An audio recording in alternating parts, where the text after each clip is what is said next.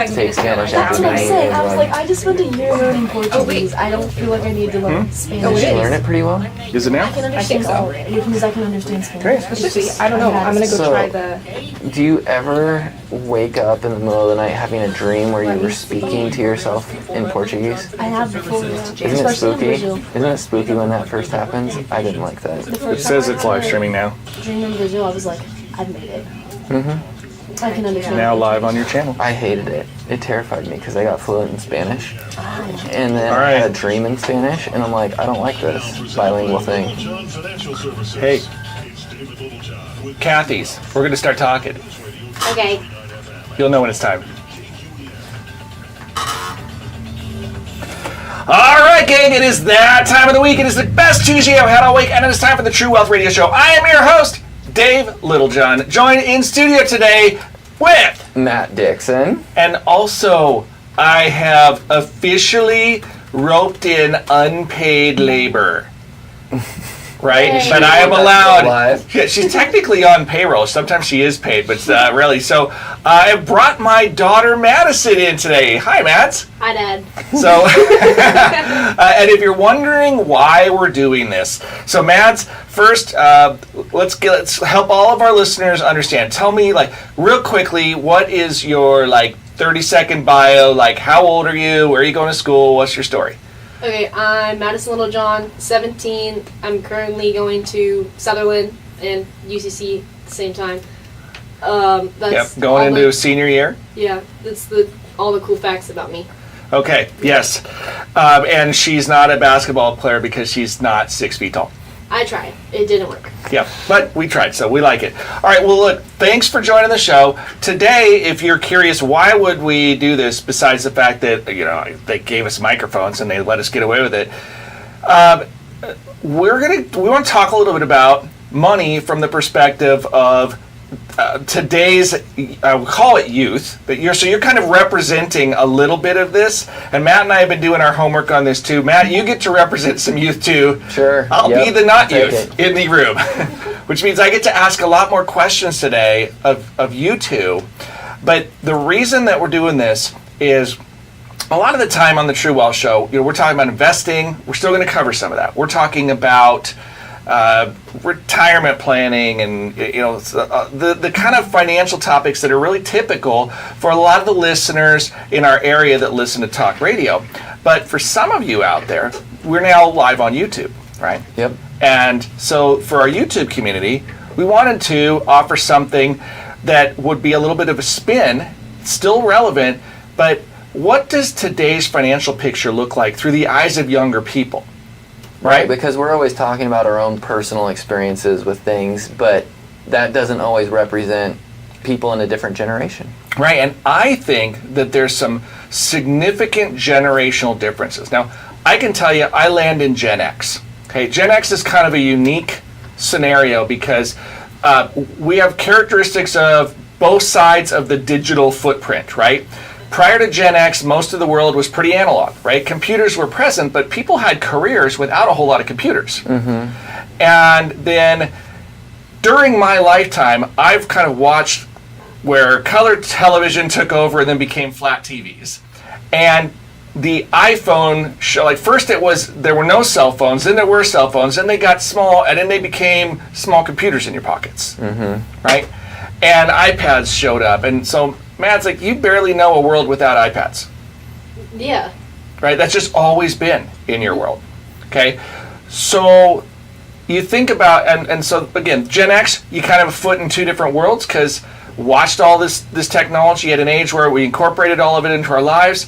I see prior generations that kind of go, computers, I don't like that. Right? And then I see today people are like, I can't do it, there's not a computer on it. Right? So we get to see both worlds. But you being what we call a digital native, right? It's always been part of your life, gives you a unique perspective, and I think our listeners would benefit from understanding a little bit of that. So I think you are technically a Gen Z. If we were looking at the age ranges, you're a Gen Z. If you're about age 10 or younger, you're now in what they call Gen Alpha. Okay? Is that what they've named it now? Yep. So we ran out of letters. We had to go back around to the start, right? Right, we ran them out. So we had Gen X, Gen Y, which is also millennial, I think, then Gen Z, right? So thanks for representing Gen Z. You now represent every Gen Z in the universe. I've got this. Okay, well, I love the confidence. yeah, she is. Speak for she's all bold. of them. Yeah, I will speak for my people. Well done, Moses. Okay, so the first question here is kind of a doozy. And by the way, I didn't prep Madison for this, so we're about to see how she does on her feet. Okay. Uh-oh. So the question is, here's a really loaded one. Do you think that your financial future is less optimistic, about the same, or more optimistic than your parents? I think I have a lot of opportunities available to me because you can make money online doing TikToks and things, but I mean I won't. But if I compare it to you guys, I feel like we do have it easier because there's all of these jobs. I can work remotely from home and do all these things. It's you guys can't work from home remotely. Does that make sense? I think I get what she's saying. Yeah. Your generation grew up where you had to just show up and punch a clock. You have to just go into it. You didn't get a choice. My generation's well, I want to work full time. Okay, let me take my college classes online so I can get my degree still. It's kind of half and half. What a refreshing perspective, by the way. Yeah, I hadn't really thought about it that way, to be honest. Yeah, Because this is there's so many exactly different why I angles. wanted to do this, Yeah. by the way. Because you immediately come out and you frame this as, actually, I think there's a lot of opportunity because it's never been more flexible, Yeah. right? So when you think about the question, right? This is not just a question for me, by the way. This is a question that kind of gets pulled a lot. And it's, as a generation, do people feel like they have less, more, or the same opportunity as their parents, right? And so we're still kind of in it. You said, well, you think you have some flexibility. When you think about, and by the way, maybe the answer is, I don't like the question because I'm not trying to compare that way.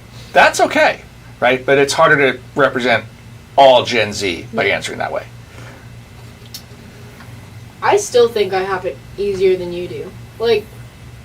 In my opinion, because I don't think you could have taken a gap year. I just took a gap year, in case you guys don't know. I went to Brazil, and I did all of my studying online, so I'm still on track to graduate high school next year. And it's if you did that when you were in high school, I feel like it would have taken you another year to graduate, and so you wouldn't have been on track. You would have been behind all of your peers originally, and then you still would have had to go to college and do all these things. I don't know. That's where my brain is at. Yeah. Yeah. So, it's interesting. Let me direct this a little bit more specifically to finances. If Okay. you think about the standard of living that you have with your family today, do you think that you're likely to stay about the same? You think it'll be reduced? You think it will be more? I think it'll probably stay about the same, at least for me. Okay. Yeah. I can't say for others, but Sure. Yeah, you can't really represent all of Gen Z. We're just using you as a proxy. Yeah. So, okay, I think that's really, it's encouraging to me as a dad, because it tells me hey, you know what? I can make this glass half full. Just try me, right? yeah. Matt, I'm going to pivot to you for a second. Sure. And you're a little bit older than Madison, but Yeah. still, I think you are you're a millennial, right? Yeah. By birth, right? Right. By attitude, Matt is probably World War II. Just so you guys know. Yeah, that's about right.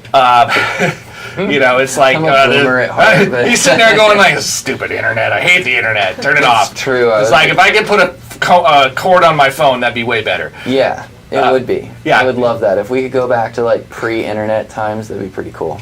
So, all right, when you think about the question of Yeah. how, now you're also a dad, right? Young dad, but Right. nevertheless, you're starting your family right now. When you look at your financial opportunity set, and you look at, and maybe it's not to compare to your parents, but do you see your opportunity set as better, worse, or about the same as where your parents were at? I think millennials are at a weird point in life. And what I love about what Madison just said, especially for her generation, she picked up on something, right? She was talking about how kind of technology and all the other things that are here now, right? It's providing a new opportunity set. And if you look at where AI has gone just in the last month, right? People are able to create websites and apps and all sorts of things that would have taken years and a team of people to build that are like highly educated in a certain area. Now people that have more common knowledge are able to build things that are like way out of proportion to their skill set. And so when you say, hey, I actually think that our generation has a lot more opportunities, Addison might be right? Yeah. Like the people, that are young could be building $1 million ideas in a matter of months instead of years. Yeah. And so it's a pretty unique landscape, I think, for people right now. Well, That's a good point, I want to Madison. hang on to this idea for a minute. Like, this is going to come back through this show. We're going to hang on to the idea that the idea of what if it could be awesome, right? Like, what if the opportunities are really there? It's just a matter of seeing them, right? Mm-hmm. I also think, by the way, that that's a really good way to look at things in general. There's the old expression, whether you think you can or you think you can't, you're right. Right. And that's a Henry Ford quote, I believe. I don't know where it came from. What's that? Boss baby. That is, well, yeah. And again, we get our Henry generational Ford, reference. So if you wonder where all of those Alec Baldwin quotes came from in Boss Baby, those came from somebody else, right? It's like, cookies are for closers. So anyway, I want to hang on to this idea of there's going to be change, right? But we got to talk a little bit about what are some of the challenges and headwinds, because a lot of people don't always see the opportunity. They see some of the challenges. So I want to talk about some of the real challenges that come with the younger generation too. I love that let's start with the optimism. Let's talk about what are some things that are going to be things to overcome. A big one out here, if you're looking at the title of the show today, how do you survive in a swipe right culture? It's not what you think. It's not going to get all like, just stay with me. If you don't know what swipe right means, by the way, the real challenge is we're totally talking about a specific generational thing here. You don't need to learn it. Let's talk about what you will. Stick around and listen to the show. We got to grab our break. Okay, so a big one out here. when we come back, we'll talk about like how are we going to deal with the cultural implications What are of the big instant obstacles? gratification Yep. and looking like you have wealth. Stick around. We'll be right back. All right, I'm Dave Littlejohn. And Matt Dixon. And Madison Littlejohn. And you got True Wealth on News Radio 93.9 FM and 1240 KQEN. Okay, Good job. so we are live, but you're not on here. I don't know what's happening. What? I'll tell you what's happening. Unplug the camera, plug it back in. He's not in the show. Loser. Yeah, here, that's an easy way. They just want to see us anyways. No, They that's mostly you. That's all right. They can sneak in. Then I'll probably just turn the camera off altogether so it'll work. Just start making faces. Just play peekaboo with them. Yeah, well, you're actually on that one too. Unplug. Oh, hi! I didn't even see that one. I don't think that one's live, but Son that of a one gun, this was will- Matt, so I turned that camera off. What? You're actually on in. Broke everything. Are they making faces at nothing? No, we're just Cover. over here. Right. That's the epitome of Instagram. Cover data. Started out there filming That stuff one and posting it, maybe and nothing. did or He didn't goes come out, into so I never, just never. did It's the just- exact wrong thing. I should have done that camera Yes. over there. Okay. And so unplug the USB Do you plug do the for it Now and we're plug all it back messed in. up again because Facebook. now we're all messed up again No, because I don't that's have- not I going to don't- be connected I don't to have this one. anymore because Yeah. Unplug both of them. TikTok. I don't have TikTok. Really? I was gonna That one's recording. go to Brazil. It'll be okay. And all of I'm my panicking. Like, Yeah, get TikTok. go to OBS I don't think I want TikTok. I'm already obsessed with my Instagram reels. and make sure. There's no reason It's for me hard to That one? because I believe Instagram has the most powerful algorithms because it knows exactly what you want to watch and it just gives it to you on repeat. Yeah, I know. It's the same thing. Yeah, that Isn't one's it just scary? dead. Yeah. So Doom scroll till I'm you not die. sure. Matt, I have a timer. move. Can we get? Nope. Do you? Does it beep at you? You did it. Yeah. Interesting. Like, It's a good well, idea. my parents had it on there originally when I went to Brazil, and I realized my screen time was like 4 hours 6, a day. 7 hours. Oh wow. Yeah, bad. Wow. Half And your day. So, Because I was like, What'd you set it to? I have an hour max, and now it's still pretty bad. But it's like my daily average is So you Since I come back. you've half your. Oh, that's good. There you But go. it's like it's just like this, and then it's like I so I have the Down. passcode so I can do it, But you have to like have to do the override other. but I yourself. have to override. Same this. way. So I asked need to do myself, this I to asked myself, myself, yeah. do I really Do I need to really need override it? or do I just need to go find something Yeah, else like to do? sometimes it's like 10:30 and I'm like, oh, Instagram Reels, Good thing we have the cameras. It's like, okay. All right, here we go. All right, gang, welcome back to the True Wealth Radio Show, where if you are just joining us, you're going to be able to grab the podcast tomorrow, and you can see how, once again, we are learning how to stream YouTube Live in real time, and there's a learning curve. Super exciting. We'll figure it out It's because eventually. we're old, David. If we gave this to someone that was 17, they'd have it figured out by now. Yeah, that's what I thought would happen. Not this one. Not this one. So anyway, we will get there. So when we left, all right, get ready for this one. Matt, I'm gonna make you tackle it because I just Are you tired? no, Oh. no, because I, believe it or not, know only about this in concept. I've actually never witnessed it. Okay. But can you explain to our listeners the phenomenon of swipe right? You know, believe it or not, I got married like a month before all of these like dating sites like Tinder really popped up. So I'm not really part of it, but I have friends that are on it, and basically I can tell you the concept. I can tell you how it works. Oh, Madison's over here. You know this costume too. He's Yeah. like, wait a minute, you don't have a profile here. I will No, find out you're no. like, No. Daughters on Tinder like, what? yeah, On there. like, that was the moment at which I panicked. No, but basically the concept is you create a profile, right? And there's a couple pictures, and you want to date someone, you've got your profile, and you get a display of other photos that pop up, and a name maybe and a face, and you get to determine whether you want that person to kind of stay in your feed and have the potential to talk to them later, or so if you do, you swipe right, and if you're like, hey, we're going to veto that person, that's a swipe left. And It's window shopping is what it is. It's window It is. shopping by pictures for dates. And so what did people do?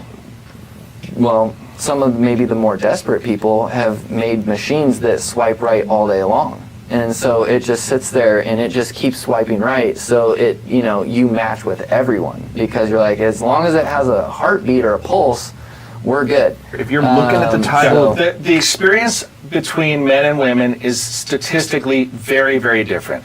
Women get a lot more propositions than men. About 10% of men get virtually all of the attention online, and so it has created some interesting cultural phenomena. Now today is not the dating show. That's not what we're here to talk about. But what we are here to talk about is that it creates some really unique circumstances for young people, and it has created some real financial challenges that where I sit as the old guy in the room, I see. But I've got these younger people in the room here too, and so I want to start with, and I'm going to come back to this, right? Let me start with the question, Madison, to you. What do you see as one of the biggest financial challenges ahead for you over the next, say, 10 years? I'm gonna go with student loans, but that's probably because I want to work in the medical field, and so I know that I'm going to have to take out loans. And with interest and all that stuff, I know that it's going to add up, and hopefully I'll be able to pay it back pretty quick by going into the medical field. But at the beginning, it's going to be so scary to have like $100,000 in debt first year in college, or well, maybe not first year, but you understand what I'm. It better not be 100,000 the first year. I'm like, Well, we're doing it wrong. You know what I'm saying? Just the thought of having so much debt is really horrifying, honestly. Mm-hmm. And then having to pay it back throughout my years, it's just ugh. Yeah, it's scary. I know someone that went into that field and they got all the way through, right? Like doctor level. They could not pass the test at the end. The very last test, they just couldn't pass it. And they were 150, 175,000 in debt. Couldn't pass the test. And it's Horrifying. like, holy smokes, yeah, Yeah. it's crazy. That would be bad news. Because I've said this before on the show, and I'll just quickly touch on it again. Education should be an investment, Yeah, right? not a liability. Yeah. And so that's a big deal to make sure that if money goes in, that more money can ultimately come out. Otherwise, what you've done is Yeah. you bought a problem. Right, like if you go in and you spend $100,000 and get a teaching degree, right?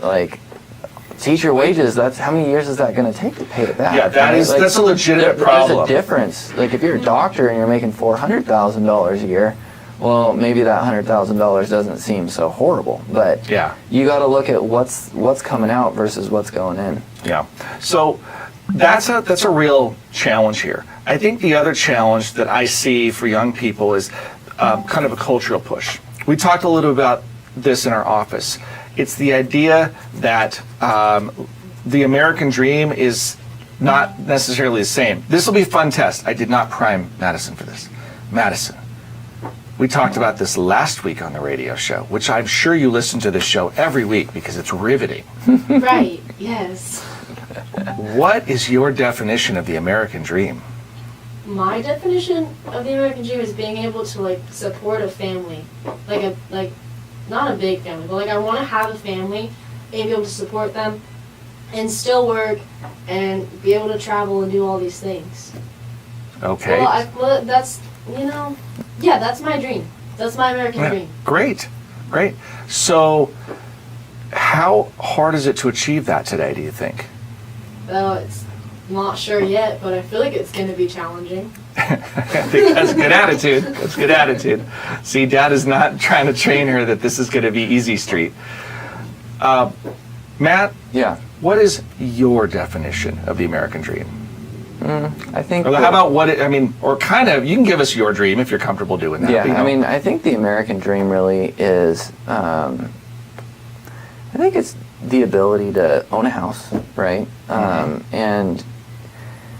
And kind of what Madison said, right? Like, you want to be able to provide for your family and go do some things, right? You don't want to just be a slave to work and not your family, right? So Yeah. being able to spend time with, like, actual quality time with your family, that's a big deal, right? They're going to be grown up and gone pretty quick, so can you spend time with the kids and can you provide for them? All right. So as I listened to both of those, and families at core and so forth, if I were to ask you a really kind of a different version of the same question, though, what do you think other people believe the American dream is? Like You the tell me. Europeans? No, I mean like other Americans, right? Oh. Yeah, maybe figured- you're actually. I figured you'd this go to is Brazil. You were yeah, no, just this there. is actually super. Maybe that is the right question. Like, how do you talk to people from other countries? Yeah. Do you have a sense of what they?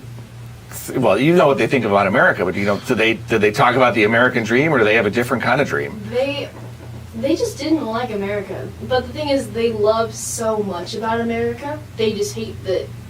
I feel like they feel like there's a sense of superiority that's not entirely there.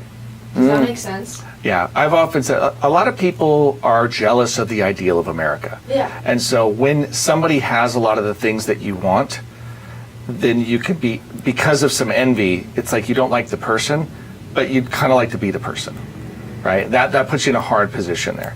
It's also when that person makes mistakes, you celebrate in it, right? See how they messed up. See that they're not perfect. Yeah. And well, it's one thing when the person says they're perfect and then proves they're not.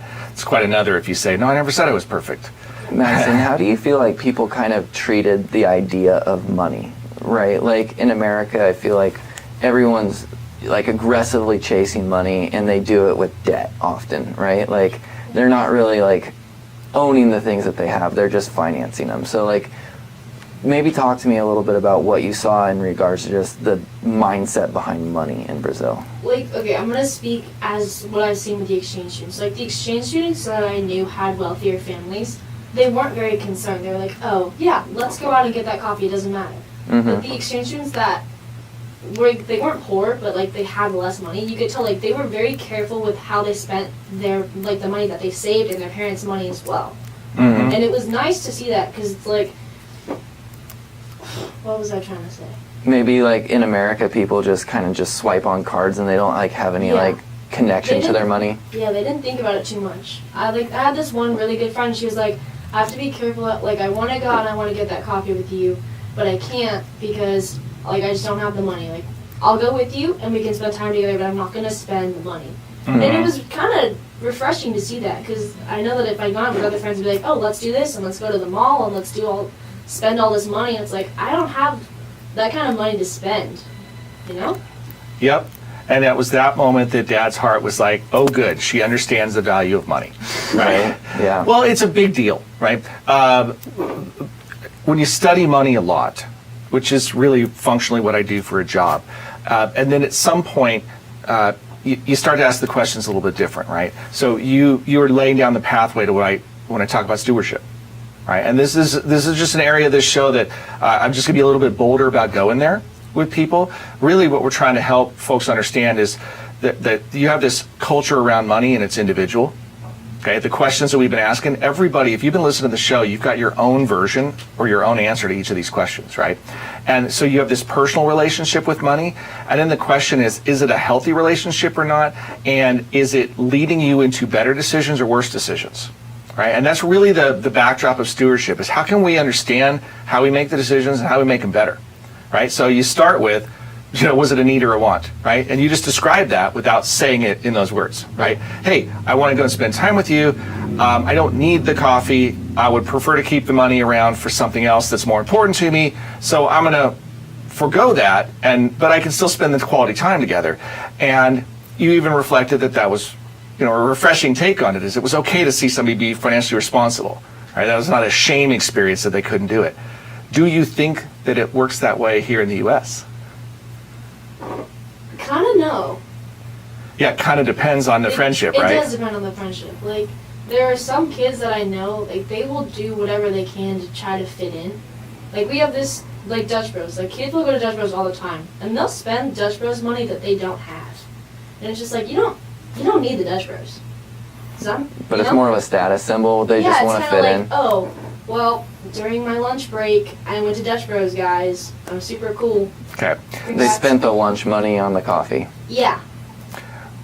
All right. I'm looking at the clock, and you've hit on something. We're going to come back, and we're really going to spend a little time on this one We're next. going to unpack the Dutch Bros theory. The Dutch Bros theory, and it's kind of the theory of, like, delayed versus instant gratification, and how do you weigh the trade, right? How do you weigh the trade?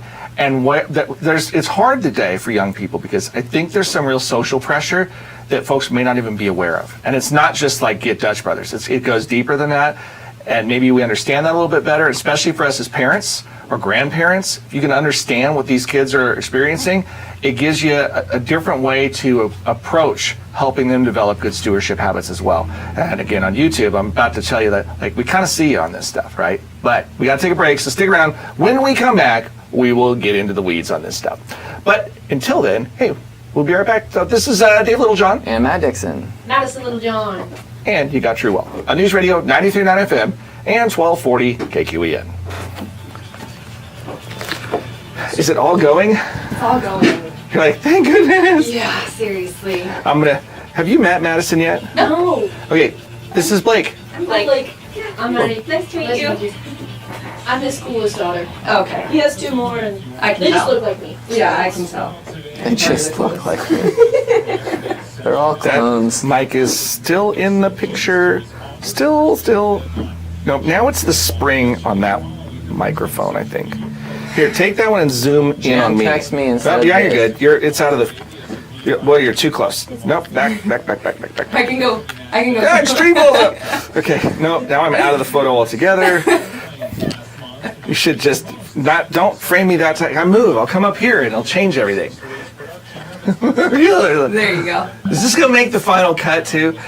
You guys can't This is see. still streaming. I know Blake is not on camera, but Blake has joined our team, and hi. Is this one the So live one? They're yep. both live. Yeah. We're excited. We're learning together, and she is a quick study, which is great, and hopefully, because she has sort of a desire to figure this stuff out too, she's gonna help us make it better. So Not just she better. already said, like, can we bring in dozens of lights? The best. And I'm like, only if they're LED, because it's hot in I here. want it right there so I can see your face more. Can you see your face more? Yeah, but now look in that camera, because Well, it's fine because I look super cool with a mic in my mouth. but is that camera even on? It's red. Yeah. Yeah, it's going. It is, but now this one's definitely. Oh, look at that. See, Dad, Matt had something he wanted to say to you about James. go on. Oh, she said you're in the picture now. Yeah, Both cameras are good. sweet. Are you a Live stream. CCR fan? Did you listen to any Credence? Yeah. Did you know that their band is going to be at Seven Feathers No. for 4th or for graffiti? Nice. Cool. Yeah, Friday night. So. Hey, do you think that Les Schwab would have screws for the hub on one of my wheels? Like the hub cover, it's got a small threaded screw. It's this thing where I can go in there and be like, you guys can find these, right? 'Cause Yeah, I need, like, they'll 4. probably have them in stock. I just got some of those for the trailer I was redoing, and they had them in stock at Industrial Tire. Is that the one out in Green? They have it, yeah. Well, this is just like a skinny little, it's like a screw. It's not a lug. It's Is it the hub has this cover over the center of the hub, and it needs to Does be, it screw the hub in so it doesn't pop off? yeah. Yeah, they'll have something like that. They'll probably have it laying on the floor, or it's like, there's one from last Friday. Here you go. Well, I want to probably drive by. Try the, call the one out on Diamond Lake. They tend to keep more of that stuff on hand than the Stevens store. Okay. All right, here we go. Hey gang, welcome back to the True Wealth Radio Show, where you can get caught up on the podcast, but we are in studio with Matt Dixon. and Madison Littlejohn. okay, we're talking about finance from the perspective of younger folks today, and we've unpacked, and the title of the show today is, it talks about, the financial pressures in a swipe right culture, right? We've talked a little bit about this. It's a dating culture, and here's the problem, and here's really where I'm going to go with this in a hurry, and then we're going to let you guys kind of talk about this.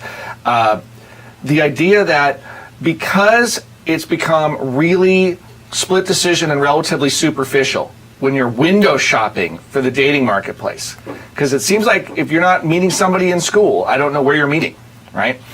Then you're using this window shopping in order to then people use fairly quick and superficial knockout criteria, right? And so women largely get to be the selection committee, because most of the guys, they're out there kind of saying, all right, well, I'm trying to find a date, and women are like, well, I got too many, so I get to be picky, right?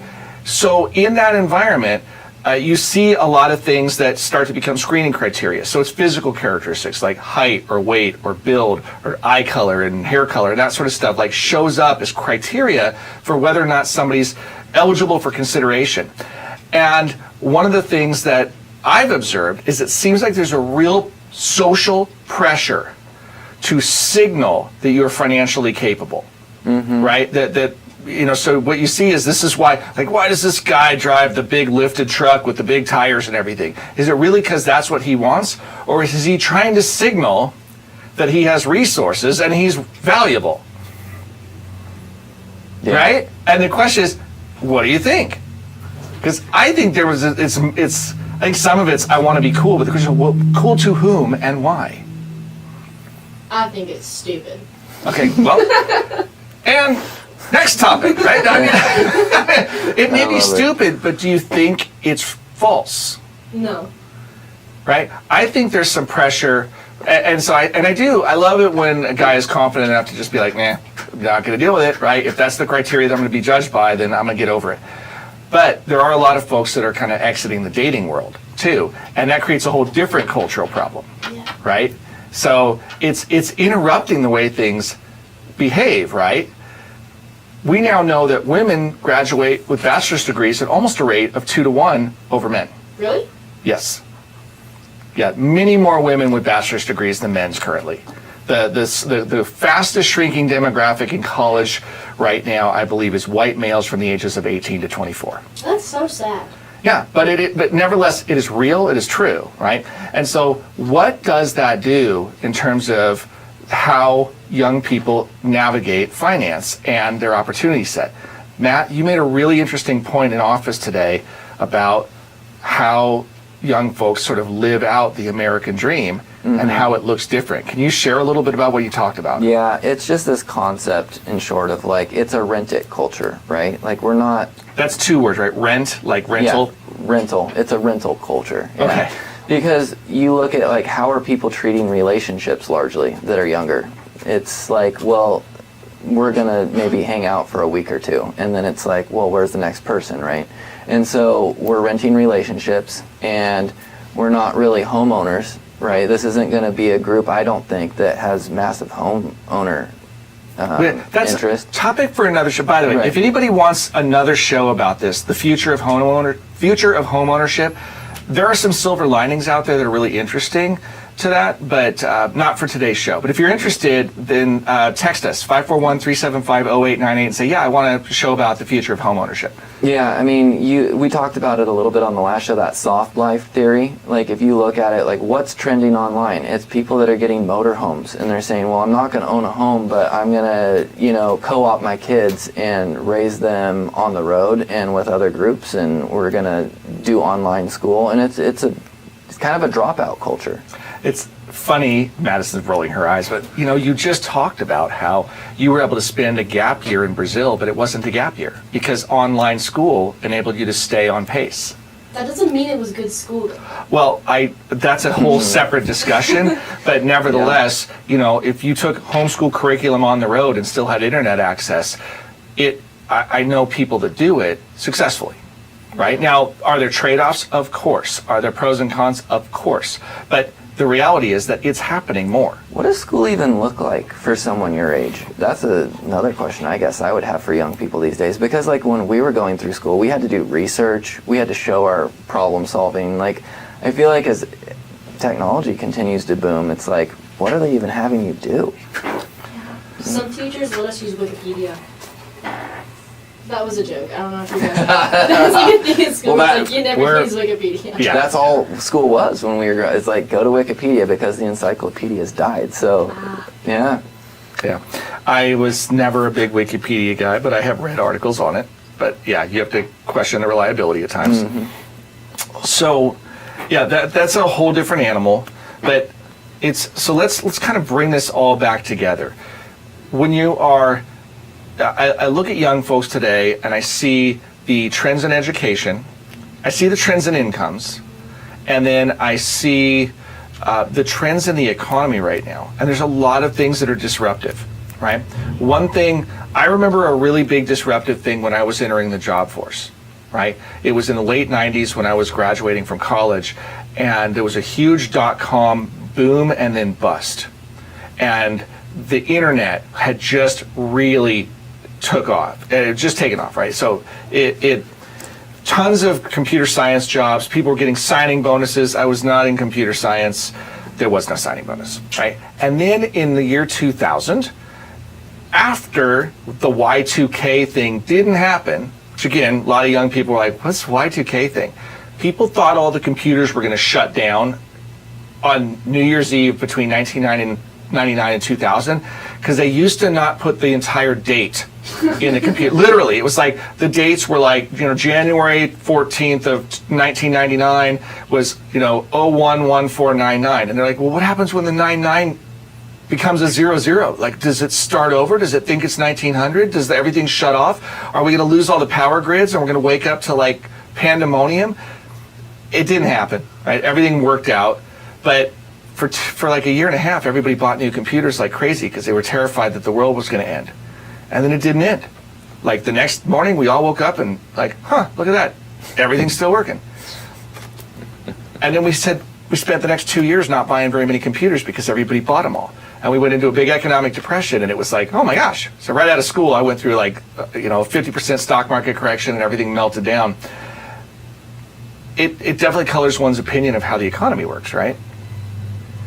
How does a young person navigate today with AI showing up, and how do you even prove that you went to school? It's a valid question. Yeah. How do teachers know whether or not it was AI or real? The question is anyone even going to care in the future about your education? Yeah. Well, yeah, I wonder, but I know this. I absolutely care about whether or not someone is able to learn and is intelligent. See, that's a big one. Yeah. Right? I absolutely care because AI, we've said this before, right? In the right hands, it's a tool.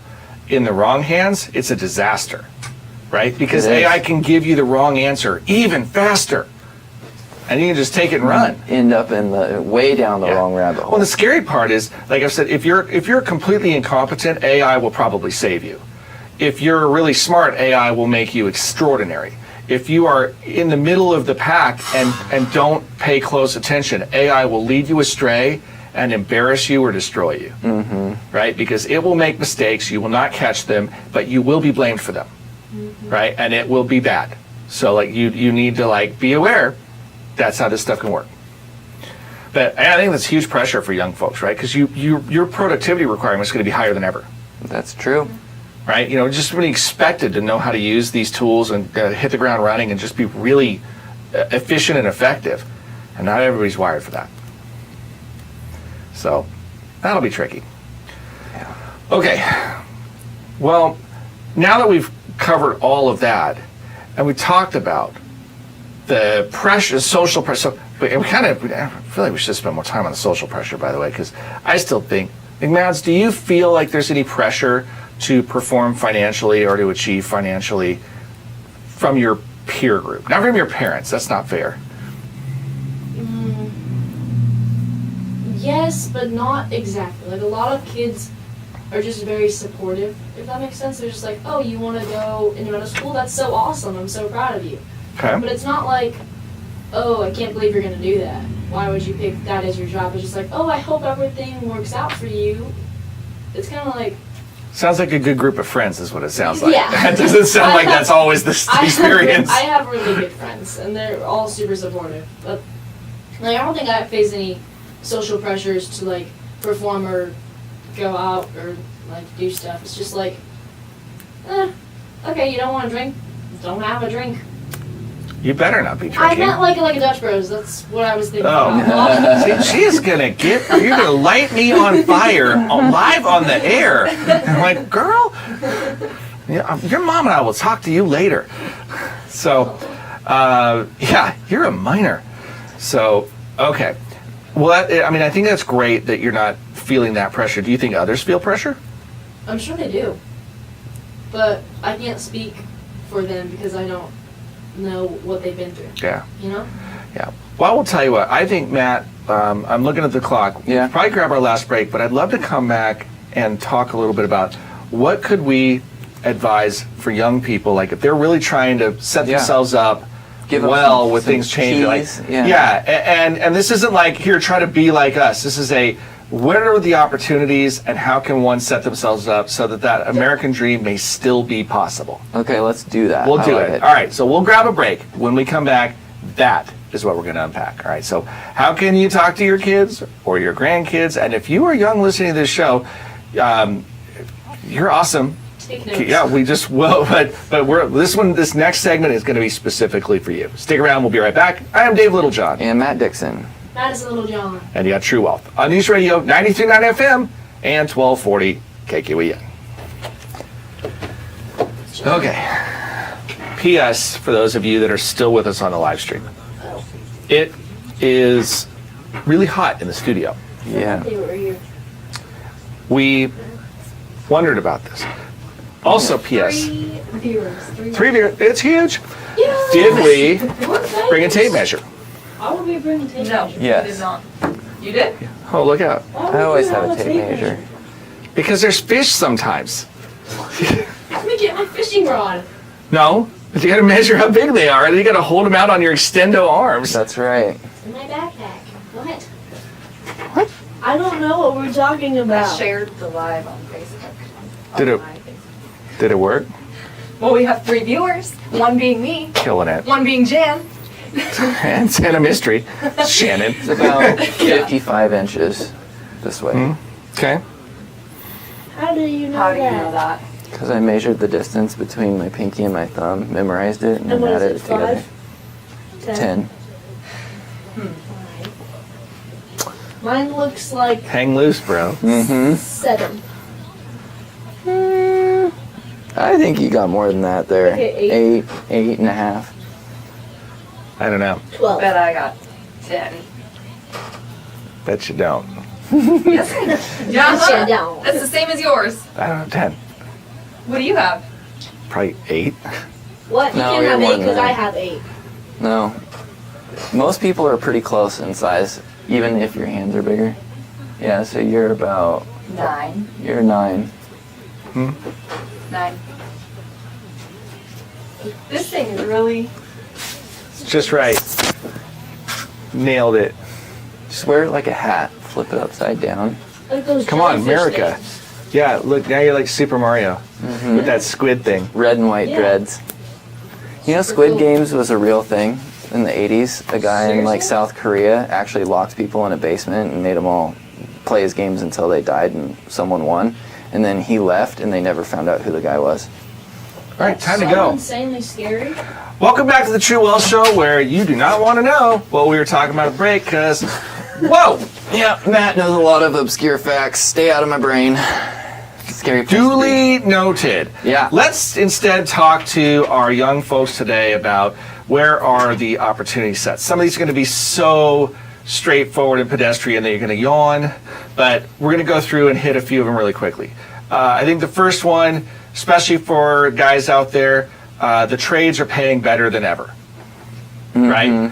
And I'm just talking about infrastructure type jobs. Think about things that AI can't do, right? Yep. And there may come a time when robots are more capable of doing more stuff, but right now they are not.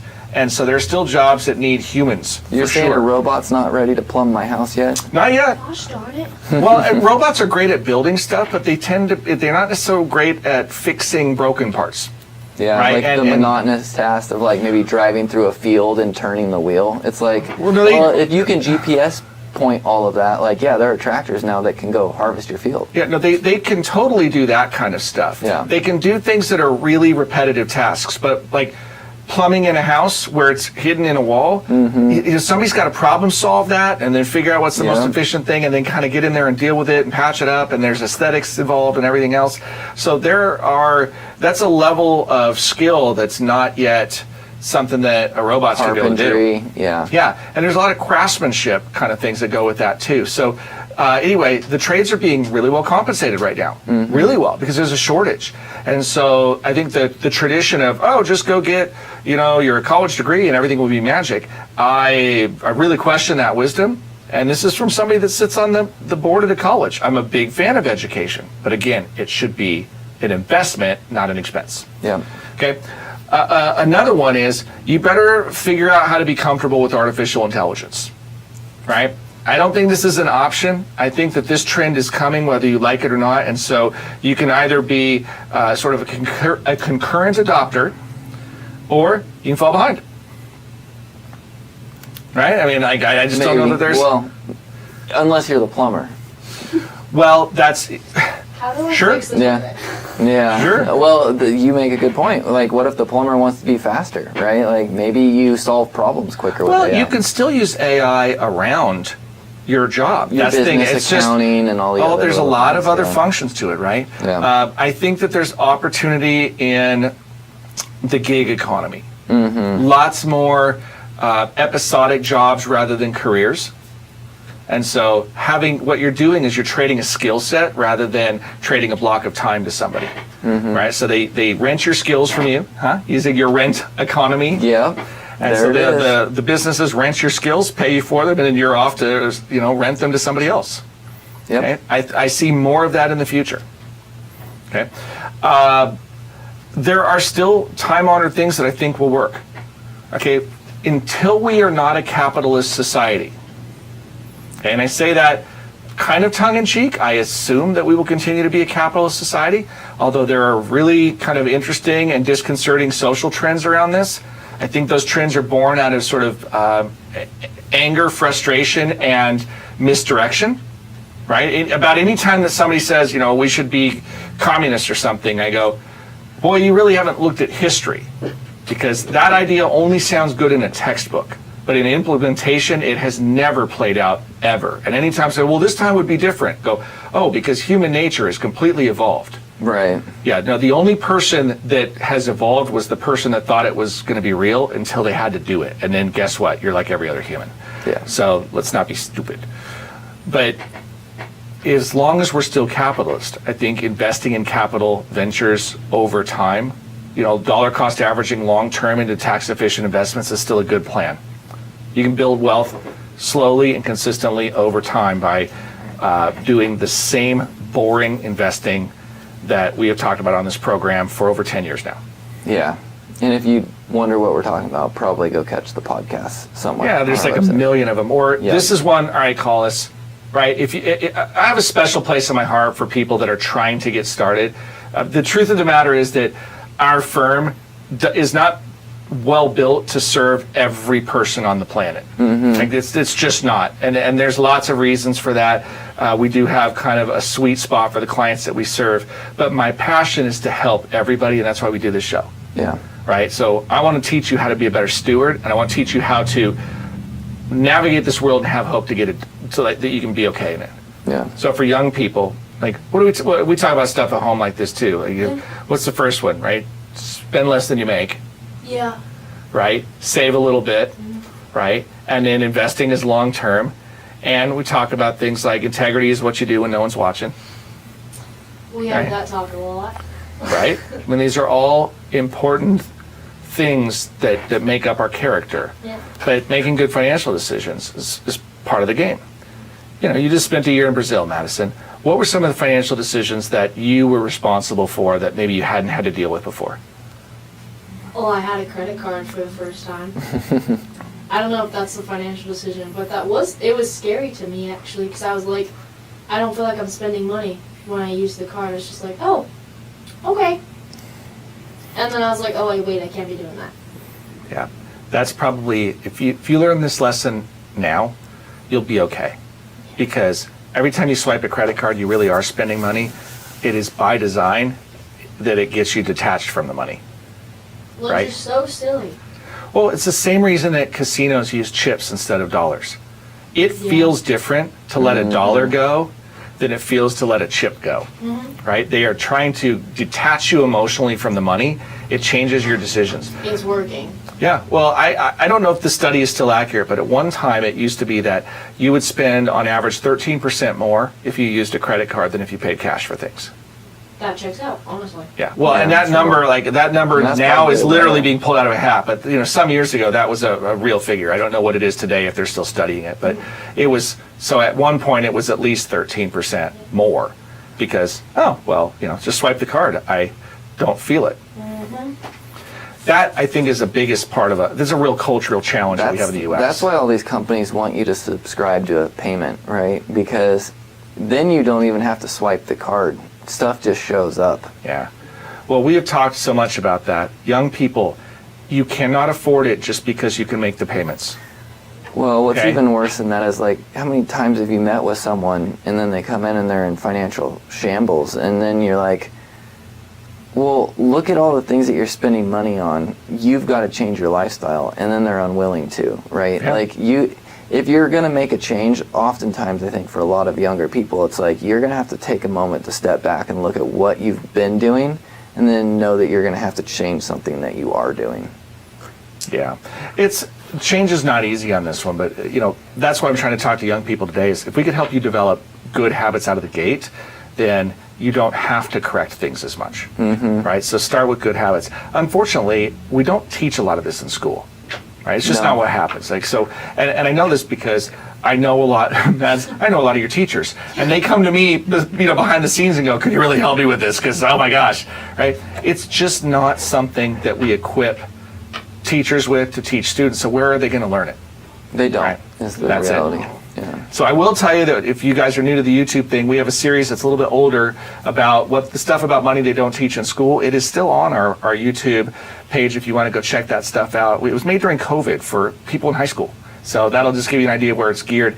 And also, if there are things that you think we need to communicate to young people, let us know. How can they reach us, Matt? Yep, give us a call at 541-375-0898 or shoot us an email at info@littlejohnfs.com. All right. Well, we're out of time for now. Went fast. Matt, thanks for joining us. Yes, of course. All right. Well, until next time, I'm Dave Littlejohn. And Matt Dixon. And Maddie Littlejohn. This was True Wealth. Okay. The good news is we don't have to just slam it down. Did The we wrap kill up it? is like this, right? Because we're live streaming. We'll finish the live stream wrap up this way. The goal of the show was actually I think we just wanted to let you hang out with us, Mads. So Well, thanks for doing that. I had a blast. For young people, it is not a straightforward pathway. We're going to talk more about this. What I want to invite is if you got to the end of the show at this point, put something in the comments. And if you've got questions or things that you'd like specifically to be addressed, we want to address those, right? So if it's about like, housing sucks or how do I afford, something, it may not be on the radio podcast, but because Blakelin's told me she's so like stoked for this. Like, oh, let's just film a whole bunch. She wants me to bury her. That's probably, well, she might actually. But we're kind of excited to build this channel a little bit with the idea of specifically helping people around these topics. So let us know what you want to hear about, and we will break it down for you and try to use plain layman's terms, right? We'll speak English. Matt, what else do we got to tell them? We're going to tell them all the things. All the things. That's code for just let me go. It's the end of the day. All right, we are going to sign off, but thanks everybody for tuning in. Till next time.